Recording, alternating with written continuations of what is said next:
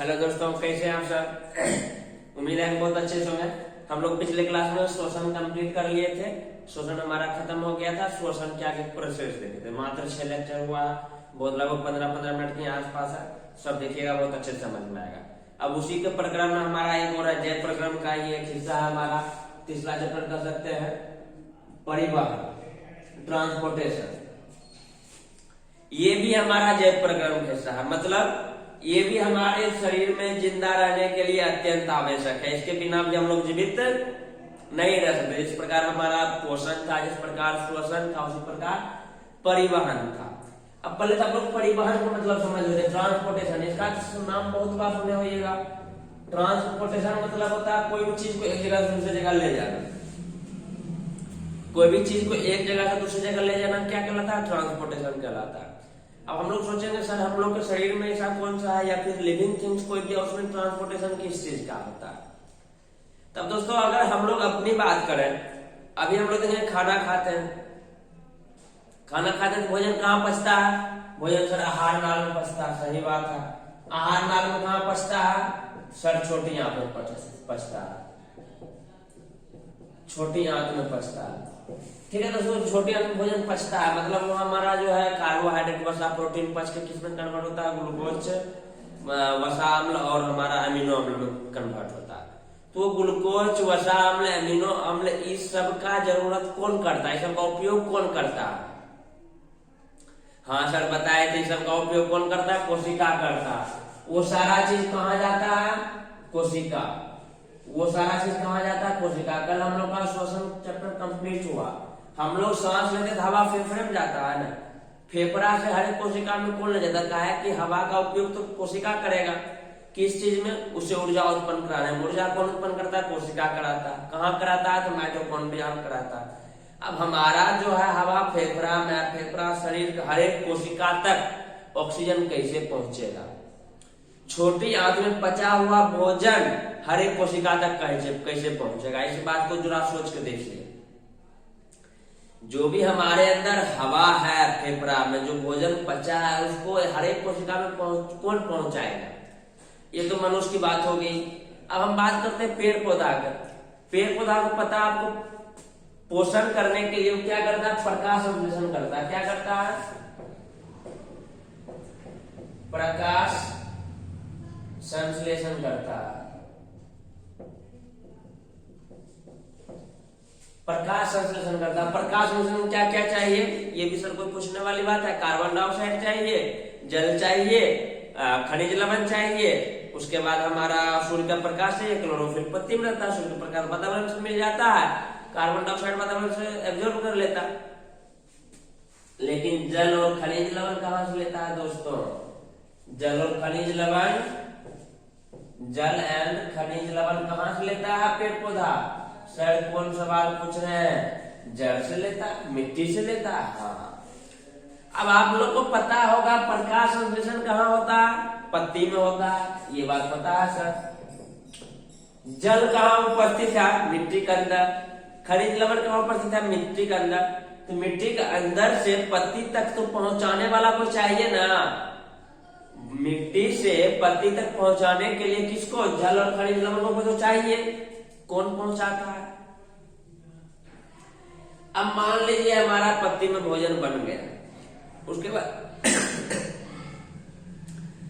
पेड़ पौधा हर एक भाग में पहुंचाने वाला कोई चाहिए। तो वो कौन करता है दोस्तों? इसी काम को करने के लिए कहीं कहीं एक सिस्टम की आवश्यकता होगी और वो सिस्टम क्या कहलाता है? परिवहन। परिवहन का मतलब तो मोटा मोटी हम जानते ही हैं, एक जगह से दूसरी जगह जाना। अगर हमको यहाँ मान लीजिए दिल्ली जाना है, हम बस से जाएंगे, ट्रेन से जाएंगे या प्लेन से जाएंगे, वो हमारा परिवहन तंत्र का एक पार्ट है जो हमें ले जाता है। उसी प्रकार मनुष्य में चाहे भोजन हो या ऑक्सीजन हो, ले जाने के लिए कोई ना कोई तो होगा ना। अब जाहिर सी बात है, हम लोग बहुत कोशिकाएं पुरानी है, एक अंग तक काम करेगा, इसके अंदर भी बहुत सारा सिस्टम काम करता है। उसी को हम लोग क्या बोलते हैं? परिवहन तंत्र बोलते हैं। उसी को क्या बोलते हैं? परिवहन तंत्र। मतलब उपयोगी पदार्थ को शरीर के विभिन्न भागों में पहुंचाने की क्रिया को हम लोग परिवहन कहते हैं। जो सब सिस्टम उसको अलग अलग भागों तक पहुंचाता है उसे परिवहन तंत्र कहते हैं। समझ गए। अभी हम देखेंगे मनुष्य में ऐसा क्या क्या चीज है। अब देखिए पेड़ पौधा में कौन पहुंचाएगा, पेड़ पौधा में वही हो जाएगा, पेड़ पौधा में जल खनिज लवण को जो पहुंचाएगा वो हमारा परिवहन तंत्र कहलाएगा। उसके बाद उसके बना हुआ भोजन को जो पौधे खड़े भाग में पहुंचाएगा परिवहन तंत्र हो जाएगा। तो जाहिर सी बात है दोस्तों, हम लोग लिविंग थिंग्स हैं, मतलब लिविंग थिंग्स के बारे में पढ़ेंगे, बायोलॉजी पढ़ रहे हैं तो हमारा जंतु बारे में पढ़ेंगे, पौधे को। लिविंग थिंग में दो ही चीज आता है, जंतु पौधा। पौधा में हम लोग देखेंगे परिवहन क्या होता है, जंतु में परिवहन क्या होता है। एक ओवरव्यू देखेंगे, एक ओवरव्यू हम आप लोग बता देते हैं पौधे में परिवहन के लिए क्या होता है, जंतु में क्या होता है। फिर हम लोग डिटेल से नेक्स्ट लेक्चर में पौधे में अलग करेंगे, जंतु में अलग करेंगे। अगर बात करें दोस्तों पौधे परिवहन का, जो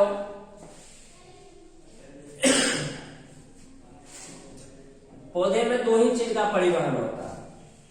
किस चीज का? एक जल का, दूसरा भोजन का। जल और खनिज लवण इसमें ले लीजिए, भोजन। जल कहां से परिवहन होता है दोस्तों?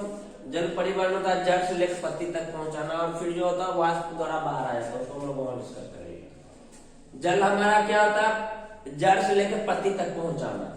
ये जान लीजिए ये काम होता है जाइलम का। जाइलम एक विशेष किस्म का उत्तक है जो ये काम करता है, जल को पहुंचाता है कहाँ? जड़ से मिट्टी तक। याद रखिए जाइलम जल को पहुंचाता है जड़ से पत्ती तक, जाइलम जल को पहुंचाता है जड़ से पत्ती तक। भोजन को पहुंचाता है फ्लोएम। भोजन को कौन पहुंचाता है? फ्लोएम। भोजन मतलब फूड। फूड को कौन पहुंचाता है? पौधे विभिन्न भागों में फ्लोएम। ये बात याद रखिएगा। जाइलम क्या पहुंचाता है? जल। फ्लोएम क्या पहुंचाता है? फूड। ये तो पौधे में हो गया दोस्तों। आखिर इसका फंक्शन क्या है, कैसे वर्क करता है, हम लोग ये जब पौधे में क्वेश्चन पढ़ेंगे, मैंने मतलब नेक्स्ट लेक्चर में, तब हम लोग देखेंगे। अब थोड़ा सोचिए जंतु के बारे में। जंतु मतलब मनुष्य के बारे में आप सोचिए। हम लोग में किस किस चीज का परिवहन होगा? पहला तो भोजन, दूसरा ऑक्सीजन, कार्बन डाइऑक्साइड साथ आ जाएगा। दोस्तों भोजन को पहुंचाने के लिए रक्त, ब्लड हमारे भोजन को ही, ब्लड में सारा मॉलिक्यूल भोजन का जो 50 मॉलिक्यूल पहुंच जाता है वो हर एक कोशिका में पहुंच जाता है। कल हम पता है ऑक्सीजन पहुंचाने के लिए भी हमारा क्या होता है? ब्लड ही होता है। तो हमारे शरीर में जो परिवहन का मूल हिस्सा है दोस्तों ब्लड है। अब देखेंगे ब्लड हमारा, ब्लड जो है ऊपर भी जाएगा नीचे भी जाएगा। ब्लड खुद ब खुद चलेगा क्या? वो ड्राइवर है जो खुद ब खुद चलेगा? क्या है, अगर मान लीजिए नीचे जाना तो ठीक है, गुरुत्वाकर्षण बल के कारण नीचे चला जाएगा, लेकिन ऊपर कैसे जाएगा? जैसे हम कोई भी चीज छोड़ते हैं तो नीचे गिरता है ना, कायदा उसको खींच रही होती है गुरुत्वाकर्षण बल के द्वारा। माने हमारा ब्लड नीचे चला गया, पैर तक पहुंचा, लेकिन वहां से ऊपर कैसे जाएगा? कार्बन डाइऑक्साइड लेके। मान लीजिए वहां पहुंचेगा, भोजन फिर ब्लड को ऊपर किया, दिमाग तक कैसे पहुंचाएगा? तो जाहिर सी बात है सिर्फ रक्त का इसमें इंपॉर्टेंट रोल नहीं होगा दोस्तों। रक्त के साथ इसको कोई ऐसा चीज चाहिए जो रक्त को भेजे, तो वो भेजने का काम करता है हमारा हार्ट। भेजने का काम कौन करता है? हमारा हार्ट करता है। हमारा हार्ट का बहुत इंपॉर्टेंट रोल होता है परिवहन में। रक्त को हर एक पार्ट में भेजने का काम कौन करता है? हृदय करता है। एगो देखिए रक्त तो महत्वपूर्ण हिस्सा हो गया, रक्त को भेजने का काम कौन करता है? हृदय करता है, दिल करता है, हार्ट हम लोग का करता है। अब रक्त किसी योग जाएगा, बिना रास्ता भी चाहिए, उसको बोलेंगे रक्त कोशिका। उसको क्या बोलते हैं? रक्त वाहिनियां या रक्त कोशिका बोलते हैं, जिसमें हमारा शीरा और धमनी आता है। जिसमें शीरा और धमनी आता है, ये हमारा क्या था? रक्त वाहिनियां होता है, जिसके द्वारा हमारा रक्त जो है हमारे शरीर में प्रवाहित होता है दोस्तों। जंतु परिवहन के लिए क्या महत्वपूर्ण हो गया? तो रक्त हो गया, एक हमारा हार्ट हो गया, एक शीरा और धमनी हो गया, ये रक्त वाहिनियां इसको हम लोग कहते हैं। रक्त कोशिका भी कभी कभी कहते हैं, कैपिलरीज भी कहते हैं। इसके साथ रक्त हमारे शरीर में पूरे फैलता है दोस्तों। काफी इंटरेस्टिंग हम लोग का चैप्टर रहने वाला है। परिवहन बहुत मजेदार चैप्टर है, इसमें बहुत कुछ हम लोग को नया चीज जानने को मिलेगा। हम लोग अपने बॉडी के बारे में अवगत होते हैं, हमारे बॉडी में क्या होता है दोस्तों। रक्त हमेशा टहलते रहता है, मूव करते रहता है। उसमें क्या क्या चीज पाया जाता है रक्त में? रक्त कटता है तो कैसे जम जाता है, मूवमेंट कर रहा है, तो इन सब चीजों के बारे में हम लोग इसमें डिस्कस करेंगे दोस्तों।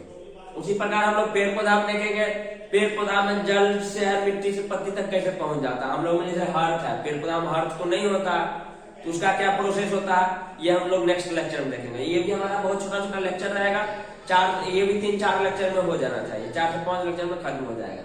हम लोग नेक्स्ट लेक्चर में देखेंगे पौधों में परिवहन, उसके बाद नेक्स्ट जंतु में परिवहन देखेंगे, जिसमें मनुष्य के बारे में देखेंगे, हार्ट रक्त ये सब के बारे में देखेंगे। आई होप दोस्तों आपको ये सारा इंट्रोडक्शन समझ में आएगा। ये हमारा ओवरव्यू था। परिवहन किसको कहेंगे? कोई भी सामान को एक जगह दूसरे जगह पहुंचाना परिवहन कहलाता है। मनुष्य में किसी उपयोगी पदार्थ को एक स्थान दूसरे स्थान पहुंचाना तथा अनुपयोगी पदार्थ को बाहर निकालना क्या कहलाता? परिवहन कहलाता। परिवहन के लिए कोई एक अंग विशेष काम नहीं करता, इसके लिए पूरा तंत्र चाहिए, तो उसे हम परिवहन तंत्र कहते हैं। जो सिस्टम जो तंत्र हमारे परिवहन का काम करता है उसे परिवहन तंत्र कहते हैं। हम लोग दोस्तों पौधों में परिवहन देखेंगे, जंतु परिवहन देखेंगे। आई होप कि आपको सारा चीज समझ में आ गया होगा। नेक्स्ट लेक्चर में हम लोग मिलते हैं पौधों के परिवहन के साथ। तब तक के लिए जय हिंद दोस्तों।